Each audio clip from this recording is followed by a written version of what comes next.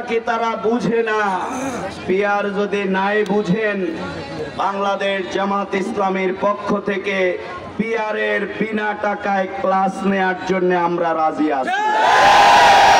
সেই কালো টাকা মুক্ত, চাঁদাবাজি মুক্ত, সেই ফ্যাসি শক্তি মুক্ত সকল মানুষের ভোটের অধিকার যদি নিশ্চিত করতে হয়, তাহলে সর্বপর্যায়ের মানুষ ৭১% মানুষ পিয়ারের পক্ষে তাদের রায় প্রদান করেছে।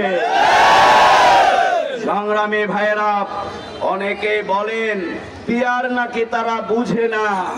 পিয়ার যদি নাই বুঝেন, বাংলাদেশ জামাত ইসলামীর পক্ষ থেকে পিয়ারের বিনা টাকায় ক্লাস নেয়ার জন্য আমরা রাজি আছি।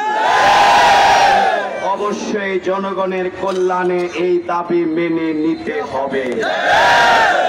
বাংলাদেশে আজকে অনেকে বলতে চান বাংলাদেশ জামাত ইসলামী নাকি নির্বাচন চায়, পিছাতে চায়।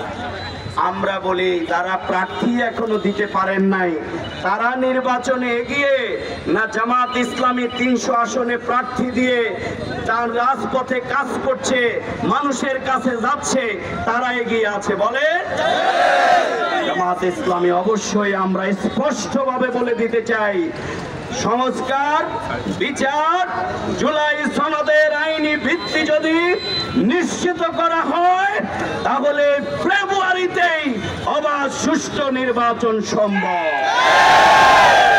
সংগ্রামী ভাই এবং বন্ধুগণ, তাই সেই নির্বাচনকে যদি নিশ্চিত করতে হয়, তাহলে আজকের নির্বাচনের প্রধানতম প্রতিবন্ধকতা হচ্ছে এদেশের মানুষ এখনো ভয় পাচ্ছে। জুলাই বিপ্লবের পরেও মানুষ নিহত হচ্ছে। নির্বাচনের বাধা হচ্ছে, নির্বাচনের প্রতিবন্ধকতা রাহাজানি, নির্বাচনের প্রতিবন্ধকতা হচ্ছে নারী নির্যাতন, নির্বাচনের প্রতিবন্ধকতা হচ্ছে পাথর দিয়ে মানুষ, নির্বাচনের প্রতিবন্ধকতা লক্ষ্মীপুরের রড দিয়ে আমার প্রিয় ভাই কাউসারকে করা। দেশের মানুষ মনে করে ক্ষমতায় ছাড়াই যদি এইরকম হয়, কেউ যদি ক্ষমতা পায় তাহলে কি রকম হবে।